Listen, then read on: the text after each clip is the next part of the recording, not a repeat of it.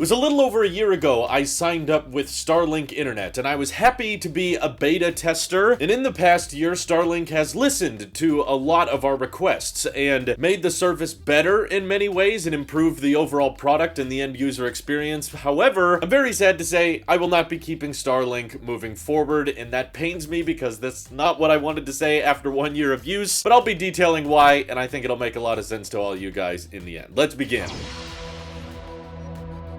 So a lot of you watching this are probably wondering if StarLink is worth it to you, or should you buy it, or does it make sense for your market? And people are probably right to preface that StarLink should mostly be looked at as kind of a last resort for internet service. It's basically like, okay, traditional landline internet is either painfully slow, like less than 10 megabits down, or super duper expensive, or maybe you're using traditional satellite internet like HughesNet, and you're paying big bucks for really, really slow speeds that get throttled all the time, and perhaps you don't have access to any kind of cellular home internet package, or the cellular home internet you have is not very fast. If those are the cases, then yes, StarLink is pretty much worth it to those who really have no other choice. When I first started signing up, it was a bit bumpy, but for the most part, the speeds were pretty dang good, usually clocking well over 100 megabits down. As the months went on in 2021, I was actually able to clock it closer to 250, and I did some more speed tests of it this morning just to keep you guys updated with the most accurate results. And when no other devices were on the network and it was just my phone right next to the router, I was actually able to clock the download close to 280, 290. I never saw it break 300, but still definitely safe to say the download speeds are much faster than they were a year ago, and that's very much thanks to SpaceX improving how many satellites are in the constellation, improving the number of ground stations, and even just doing software updates to provide better uptime. So in the first week we signed up, we noticed more spotty outages even when watching TV. But after that first week, it very much mellowed out, and I'm happy to say in terms of download performance, StarLink has basically completely eliminated downtime. In the app, they let you measure how many outages or how many lag spikes there really are, and if all you're really doing is downloading a bunch of files or watching a lot of TV, watching YouTube, or streaming music and that kind of thing, at least if you have an experience similar to mine, you will experience no downtime.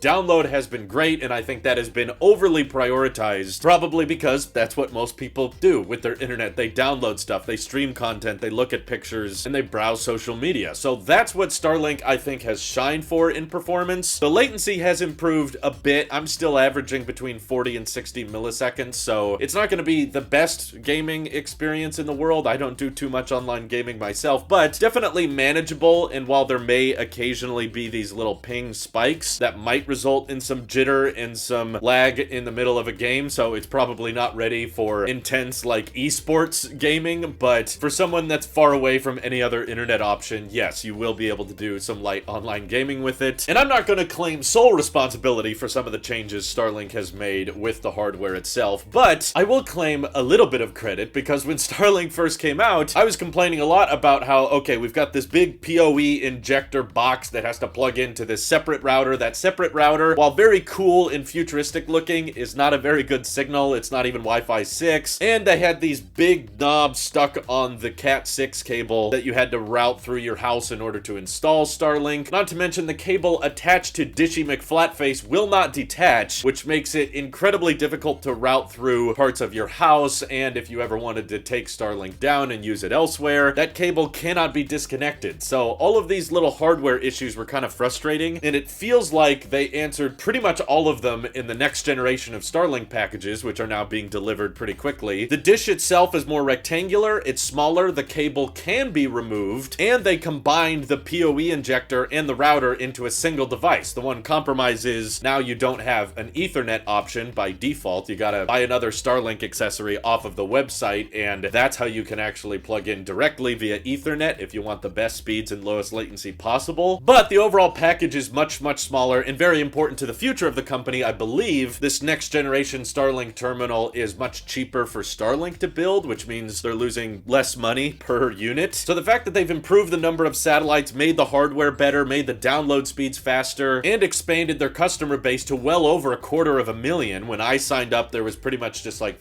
50,000 or so. So within a year, they've grown capacity a lot and improved the overall uptime. Right now, you know, they're actively working on getting next generation Starlink satellites up there with LaserSat communication, which means the satellites will be able to communicate with each other instead of just from ground station up and then down to another ground station. This means that the uptime will improve, the latency will improve. So I'm saying all of these great things that I love Starlink has done over the past year. Why exactly am I canceling it? What is the drawback here? What are the downsides? Well, that's why I should probably preface I am not your average internet user. I'm a bit of a Chad when it comes to upload needs, and the truth is I upload and live stream a lot of videos, you know, between doing several hour-long FaceTime calls with my friends as we record multiple podcasts throughout the week, and I'm posting 2, sometimes 3 videos per day, and usually trying to do 3 live streams or so a week, all of which are over an hour. I am a heavy upload user, so as cool as it is to see download speeds improve and the uptime of the download performance improve, I hate to say that after a year of use, the upload performance of Starlink has actually gotten worse. When I was doing speed tests back when I was on the beta program, I was able to usually clock the upload of Starlink between 20 and 30. You know, it's very volatile, so occasionally it would dip below 20 and other times it would go above 30. A couple of times I clocked it at 40 or 50 megabits upload, which is awesome. That was beating out the performance of the Comcast internet I was using before that was much more expensive than Starlink. So for the sake of cost savings and the fact that I think SpaceX is an awesome company, I was very excited to just be a beta tester, and because I was being told, you know, oh, the satellites are only going to get better, they're going to be adding more and more in the future with better communication technology, I was just assuming, oh, okay, these are the upload speeds of today, but within a year, these upload speeds will get better, right? And the uptime will improve, and there will be less dropouts, and the signal won't be as volatile. It pains me to say this, but I gotta be honest with you guys, the upload speeds and the uptime of upload performance actually got worse over the course of the year, and you can actually find this out just by watching the live streams on this channel. Throughout 2021, the upload performance was getting quite a bit better. I mean, if you go back and watch my iPhone 13 and iPad mini 6 unboxing live stream, there was like hardly any lag, and there were barely any frames dropped for over an hour, and the bitrate was decent. You know, you could get a 1080p signal and be live streaming for a long time, and typically I would average between 1 and 3% frame drop. So just because occasionally you have a part of the sky where the Starlink is trying to communicate between multiple satellites, the upload, I guess, gets a bit weak when it's trying to switch between those satellites, and that results in there being these little lag spikes, which I'm sure many of you who watch my live streams noticed. And I was just assuming, because it was getting better in 2021, that this was a beta thing, and eventually the lag spikes in the frame drops would be gone. Especially, I was assuming it would be gone within the year, but in the third quarter of 2021, they dropped the beta terminology, and I was still getting this lag every now and again, which I thought was a bit weird. I was like, okay, this is no longer a beta program, this is a full-on service. And then something happened. I don't know exactly what it was, but something changed in 2022. I don't know if they changed their software or did something to prioritize having more people on the network, because thanks to these new Starlink terminals, they were able to ramp up production a lot faster. And now, of course, they have over 250,000 people on this network. But whatever happened, the upload speed got much worse, and now, even today, even when no other devices are on the network, and even when I'm plugged in via Ethernet to the Starlink router, it's still struggling to break 10 megabits up, sometimes not even hitting that. And after doing dozens and dozens of speed tests lately, I hardly ever see it break the 20 megabits upload, which that used to be like the standard. And unfortunately, those volatile little lag spikes got even worse. So not only was the upload speed deteriorating, the reliability of that upload speed was deteriorating, which basically meant when I was doing my live streams, I was now getting more lag spikes and more frame drops, and I was averaging more like 10% frame drops or 15% frame drops. And I tried dozens of things. I tried lowering my OBS bitrate settings. I tried this new beta feature they offered that dynamically changed the bitrate depending on what your internet signal was. And even then, the signal would get so bad, there would be so much lag and you could barely see the image. It was so distracting for my viewers that it was kind of hard to watch for the average person. I mean, you could kind of hear my audio through most of it, but these lag spikes were frequent and they were getting longer. You know, last year when I was doing live streams, they would usually only last for a couple seconds, and then in this year, they started lasting more like 30 seconds of really low bitrate video, and you can barely see me because I'm compressed like that one MKBHD video where he uploads uploads the same video like 10,000 times. It looked like that, but for minutes, and that was obviously very distracting for my viewers. And of course, with the slower upload speeds, that meant videos were taking longer to upload overall, which means that I can't get my content out to you guys as fast as I would like to. And this, I think, will definitely put a damper on anyone's plans on buying StarLink. If you're planning on working from home with it and doing a lot of online meetings, I would still run into occasional issues with FaceTime calls or Skype calls. When you're talking to someone, occasionally you get that little dropout. I will start to look really, really compressed for them, or I'll just cut out entirely and they can't hear me at all. That was actually going on during the MKBHD interview I did last year. I had to preface to him before we started, I'm on StarLink, it might start acting up again. And you know, it was kind of cool at first because I get to be in the beta program and I'm like, wow, I'm using this next generation satellite internet and I'm testing it out and I'm helping SpaceX approve it. But after a year of it doing this, and especially because I'm a heavy upload user, it just kept getting worse and more laggy, and I did not see any signs of improvement. It got old pretty fast, and I no longer was feeling like, ooh, cool, I'm a beta tester. I was now like, oh, great, now I gotta put up with this service getting even worse. So I don't know exactly what changed. My best theory is just that to prioritize having more people on the network, and the fact that most people using StarLink are probably not live streaming or uploading as much content as I am. All of those people probably just wanted to have good download speeds, so that's what the network is optimizing. One thing I will give them credit for is that customer support has improved quite a bit. You know, when I first signed up for the service, trying to get a hold of someone at SpaceX to talk to was like near impossible. You would like send an email and hopefully they would find it within like a week. You know, it would take forever to get a response. But more lately, I think they've revved up on the customer support side, and now I can have straight up online chats with employees from SpaceX, and I'll chat in and say like, hey, here's the issues I'm having. And typically within 20 or 30 minutes, I'll get someone on the line and they'll start telling me what my stats are, what they can do about it. I've heard of some people switching to different ground stations, but I asked SpaceX to switch my ground station to be closer to me and they wouldn't do it. They told me it wouldn't solve anything. For some reason, my ground station is set in Washington, and there was a different ground station in San Jose, which is way closer to me, but they said, no, that's not gonna solve any problems. And I told them what I was facing. I was like, look, my lag spikes have gotten much worse. It used to not be this bad. My upload speeds used to be better. What's going on? And basically their response was like, well, on our end, it says everything is working fine. They said all your equipment is fine. You don't have any obstructions, so it was not an issue with the placement of my StarLink dish. It has a perfectly clear view of the sky with nothing above it. And I even heard of people having issues when using third-party routers, so I stopped using the Asus router that I've had for years and just started using the included StarLink router that came with the package, and that didn't fix any of the issues. So I appreciate that customer support was responsive now instead of waiting for several days for them to get back to me, but everything they were telling me was not alluding to the idea that something was wrong with how the service was providing. Basically, they were telling me this is how it's supposed to work, and I'm no engineer, I'm no expert on how radio frequencies work or how strong a signal can be with a low Earth orbit satellite, but I'm weighing the possibility that because it's out of beta and because they're claiming this is normal behavior and we're not seeing anything out of the ordinary for you, maybe this type of technology fundamentally is just always going to struggle with having a stable upload connection. Maybe Dishy McFlatface is really good at receiving download speeds, but as far as this type of hardware sending up data to the satellites, it's just not as strong with that. So I'm still a big fan of SpaceX, and I think that StarLink is a great service out there because even within my area, I know people that don't have other internet options. I'm gonna be switching to T-Mobile home internet, which I'll talk about more in a different video, but it's basically half the price of StarLink, so 50 bucks a month, and with faster download and upload speeds, not to mention far more stable. And maybe that'll change over time because I've heard some people say that that internet can get spotty or T-Mobile will throttle you. But regardless, it's half the price, so I'm definitely willing to try that out, and I'm fully aware there are other people in my own area that do not have those options, and they are using StarLink and very much enjoying it because they're not live streamers and they're not content creators posting 4K videos regularly every single day. So I do think for the vast majority of people, StarLink will probably be fine. If you're just watching YouTube, browsing social media, watching TV, streaming music, you know, all the basics that most people use internet service for, even some online gaming, yes, StarLink has gotten better at doing that. The latency has improved, the download speeds have improved, and unless you're a guy like me that's planning on doing a lot of live streaming or a lot of content uploading, it's probably going to work fine for you. But I fully admit, for my use case and my demographic, it's just not making as much sense when I have the T-Mobile home internet option now. And you know, I would love to send SpaceX $100 a month just because I support their mission statement and I want StarLink to succeed, but having lots of communications with StarLink customer support and figuring out what is the holdup, because obviously there's probably lots of you that have ordered StarLink and you're waiting for your order to be fulfilled. Basically, if I keep paying for the service and I remain as a customer, they're going to flag me as, oh, we have this many users within an individual area, so we can't add more users until we have more satellites. So basically, by me canceling or by me giving my StarLink to someone else, I'm chatting with a few people right now. I'm not sure if I'm going to be able to transfer the service to anyone else, but I would much rather cancel my service so that another slot opens up for someone within my area that actually needs the service, because I'm one of those people who definitely don't. And for the record, the T-Mobile home internet thing was not an option when the StarLink beta became available for me. That came out more near the end of 2021, and the first generation hardware for T-Mobile home internet was kind of spotty. It had overheating issues, so I wasn't really quite sold on it when it first came out. Now with the new generation hardware, it's proven to be a lot more reliable, and I'm using it at multiple different times of the day. I don't live in a super busy area, so I'm not worried too much about T-Mobile's network getting congested. But, you know, with StarLink, I'm already experiencing that congestion, at least when it comes to upload speed and reliability of that signal. So I want someone else who really does need StarLink to have it. So that's why I'm not going to just be occupying a spot on the planet and not using it. But absolutely, for people in like Ukraine right now, the fact that they have an internet option that's satellite based, so it can't be knocked out by their enemies, and SpaceX just sent out a huge package of dishes out to them, and the speed is working so they can stay in communication with those they care about. Having internet options like that, I think, is very, very important. So I absolutely still think it's a great service, and if I ever move somewhere else where I can't take my T-Mobile home internet, I would absolutely consider reviving my StarLink and using it again. But the unfortunate thing right now is that they don't actually let you pause service. If you cancel, you're done, and you can't come back unless you like order another package, but you own the hardware, so you can cancel service at any time. There's no long-term contract, but once you cancel, you just have all this hardware. You don't have to return it, and they even ask you not to sell it to anyone. But I would love to maybe one day in the future reactivate it. You know, if they start offering those options where you can just take the dish anywhere you want, and I could go on road trips, or I could go visit family in Australia and just bring the dish with me so that I have fast signal anywhere on the planet. Hopefully, once they start allowing that, I can reactivate my service. Otherwise, I'm just gonna have a really expensive, fancy roof ornament that I can't do anything with. So obviously, I'm trying to find someone close by that I know personally that I could actually give it to so that they could take advantage of it. But after testing T-Mobile home internet and seeing how reliable and fast it can be for me, it's become abundantly clear that it's just not practical for me to keep paying for StarLink anymore, and I do want to free up some bandwidth for the constellation so that other people can be added in. And my good friend Mike actually is going to be taking delivery of his StarLink 2.0 in the coming weeks, so we'll still be covering StarLink stuff on this channel. It's not like we're abandoning the subject or the topic entirely, and in fact, I'm very excited to unbox it and set it up and see if he gets different performance where he lives. And I absolutely think there's a huge demographic of people that this applies to. I can think of dozens in my personal life, and that doesn't even account for airlines could benefit greatly from StarLink, or cruise ships, or even small boats that only 2 or 3 people are living off of. Just having fast internet out in the middle of the ocean is going to be immensely helpful for them. And even on trains, you know, I just took a cross-country Amtrak to New York City, and there were a lot of places where we didn't have cell phone service where the train was moving, and if you had a StarLink antenna on each end of the train, you would probably have a consistent signal even as you went through tunnels and that kind of thing, and you'd be able to actually get work done or stream content as you're going cross-country and going through places that don't have cell towers. So I'm canceling, but that doesn't mean it's a bad option for you. It's just going to depend on your use case. If it's possible, of course, for you to get fiber optic internet or very cheap and very fast landline internet of any kind, obviously StarLink does not make sense for you. And if you're in an area with T-Mobile home internet, that will probably perform much better than StarLink will for a fraction of the price. But options are a good thing at the end of the day. So even though I'm saying goodbye to StarLink, I'm still very grateful it existed, because back before I got on the beta program, Comcast was literally the only option, and the only way to get fast upload speeds was to pay $110 a month, and that did not include unlimited data. so I needed to pay 30 bucks a month on top of that, and then during the pandemic, they just started raising their rates even more for no reason. I had no one else I could go to. They were basically abusing us by charging whatever they wanted because they knew we had no other option, and I'm grateful now that there are options. There are several alternatives that we can go with, all of which provide much better customer service than Comcast does, and for much cheaper than what Comcast was charging. And when you have companies competing with each other, that's usually when you get the best result for the end consumer.